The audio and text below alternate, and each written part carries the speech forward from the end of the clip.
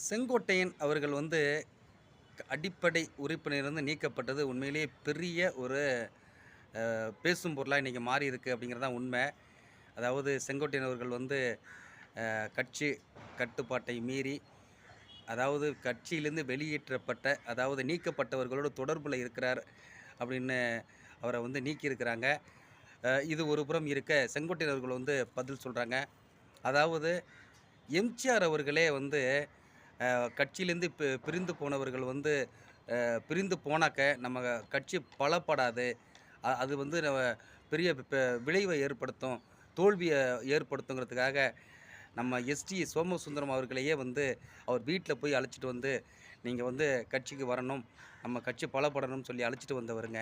அம்மா காளிமுத்து அவர்களையும், வளர்மதி அவர்களையுமே எவ்வளவோ விமர்சனங்கள் செஞ்சிருந்தாலும் கூட, அவங்கள அழைச்சிட்டு வந்து கட்சியிலேருந்து ஒருங்கிணைத்து, கட்சிய பலப்படுத்தினவங்க. அதை மீறிய ஒரு தலைவர்கள் இங்க இருக்கிறாங்களா? ஏங்க ஓபிஎஸ்ஸு, சசிகலா அம்மா, டிடிவி தினகரன், அன்வர் ராஜா எவ்வளவு தலைவர்களை வந்து நீக்கப்பட்டு, கேசி பழனிசாமி வெளியில இருக்காங்க.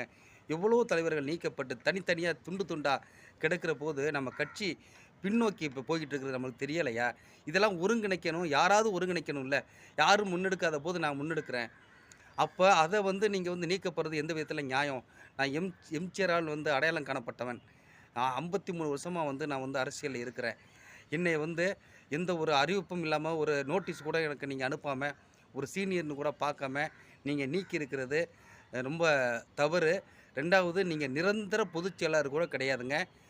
வந்து அதாவது இப்போதைக்கு இருக்கிறதா நீங்க வந்து பொதுச் செயலாளர் தவிர நிரந்தர பொதுச் செயலாளர் கிடையாது. அதாவது கட்சியில எவ்வளவோ செல்வாக்கு மிக்க தலைவர்கள்லாம் இங்க வந்திருக்கிறாங்க, போயிருக்கிறாங்க.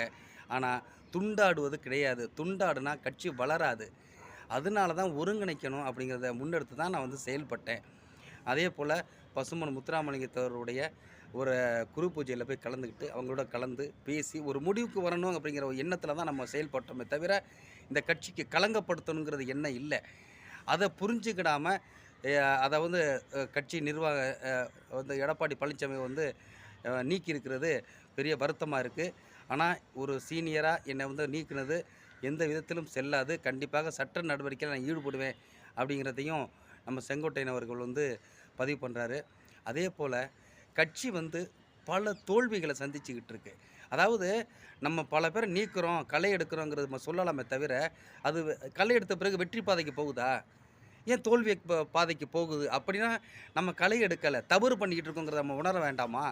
அப்ப பிரிந்து போனவர்கள, அதாவது பிரிந்து போனவர்கள்ங்கிறத விட நீக்கப்பட்டவர்கள, நம்ம தவறு செஞ்சுட்டோம் அப்படிங்கிறத உணர்ந்து, அவங்களெல்லாம் கட்சியில அரவணைத்து, அழைத்து போனா தான், அம்மா சொன்னது போல 100 வருஷம் இந்த கட்சி வந்து ஆட்சியில நீடூழி இருக்கணும் அப்படின்னு ஆசைப்பட்டாங்க. அத வந்து இப்படி நீங்க வழி நடத்துனா அது எப்படி நடக்கும்? அம்மாவோட கனவு நிறைவேறுமா? அப்படி அப்போ வந்து நம்ம மாரி உள்ள ஒரு சீனியர்கள் தானே முன்னெடுத்து இதெல்லாம் செய்யணும். அப்ப செய்யிறபோது நீங்க வந்து அத வந்து முடக்குனா, இல்ல வந்து அத காரணம் காட்டி நீக்குனா, இது வந்து சரியா? அப்ப எதிர்க்கிறவங்க, கருத்து சொல்றவங்க, இந்த கட்சி நல்ல விதமா நினைக்கணும்னு நினைக்கிறவங்கள பூரா நீங்க நீக்கிக்கிட்டே போனீங்கன்னா, இந்த கட்சியில யார் இருப்பா? அப்படிங்கிற ஒரு கேள்விய அடுக்கடுக்கான கேள்விகள செங்கோட்டையன் வைக்கிறாரு. அவர் பேசுகிற அத்தனையும் உண்மை. ஏன்னா, அனுபவம் உண்மையிலே அனுபவங்க. அவர் மிகப்பெரிய அனுபவசாலி. நல்லா யோசிச்சு பாருங்க, செங்கோட்டையன் அவர்கள் வந்து யாரையும் வந்து ஒரு ஒ ஒ தரக்குறைவா பேசி யாரையும் பார்த்துருக்க முடியாது. மிக நேர்த்தியான ஒரு அரசியல்வாதி. மனசு புண்படுங்கிற மாரி யாரையுமே பேச மாட்டாரு, விமர்சிக்க மாட்டாரு. கருத்துக்கள கருத்துக்கு கருத்தா பேசுவாரே தவிர, வேற எந்த இதுவும் அவர்ட்ட இருக்காது. அப்படிப்பட்ட ஒரு நல்ல மனிதர நீங்க வந்து நீக்கிற போது, கண்டிப்பா வந்து விமர்சனங்கள் பொதுமக்கள்கிட்ட இருந்தே வரும். அதுல எந்த மாற்றமும் இல்ல. பொதுமக்களே ஏடிஎம்கே வெறுக்கிற அளவுக்கு தான் நீங்க வந்து ஒரு செயல்பாடு இருக்கு.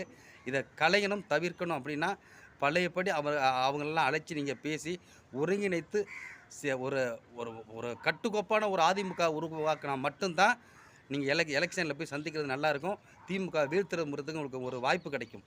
இல்ல அப்படின்னா, அப்படியே துண்டாடிக்கிட்டே நீங்க போனீங்கன்னா, கடைசியில இந்த எலக்ஷனுக்குள்ள இன்னும் எத்தன பேர் போப்போறாங்கன்னே தெரியாத அளவுக்கு மோசமான ஒரு சூழல உருவாக்கிட்டு இருக்கிறது எடப்பாடி பழனிசாமி அப்படிங்கிற ஒரு நிலை இருக்குது அப்படிங்கிறத அ ப அதாவது களத்தில பார்க்குற கருத்தாளர்கள், நம்ம பத்திரிக்கையாளர்கள், விமர்சகர்கள்லாம் வந்து முன்வைக்கிறாங்கங்கிறதுல எந்த மாற்று கருத்தும் இல்ல.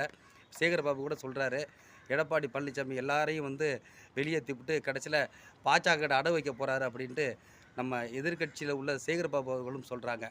இப்போ எதிர்க்கட்சிக்காரர்களாக எள்ளி நகையா அடுகிற வகையில் தானே நம்ம வந்து செயல்படுறோம் அப்படிங்கிற ஒரு மோசமான நிலைக்கு நம்ம தள்ளப்பட்டுட்டோமே அப்படிங்கிற ஒரு வேதனையில் அந்த கட்சிக்காரங்கள் புழுங்கிக்கிட்டு இருக்கிறாங்க அப்படிங்கிறது தான் உண்மையாக இருக்குது. இதுக்கெல்லாம் முற்றுப்புள்ளி வைக்கிறதுக்கு எடப்பாடி பழனிசாமியால் மட்டும்தான் முடியும் இன்றைய சூழலில் அப்படிங்கிறது தான் நிதர்சன உண்மை. அவர் மனம் இறங்கி இதை முற்றுப்புள்ளி வைத்து அதிமுகவை பலப்படுத்துவாரா, இல்லை இதேபோல் பலவீனப்படுத்துவாரா அப்படிங்கிறது அவர் பாயிண்ட் அப்படியே நம்ம விட்டுற வேண்டியதாங்க.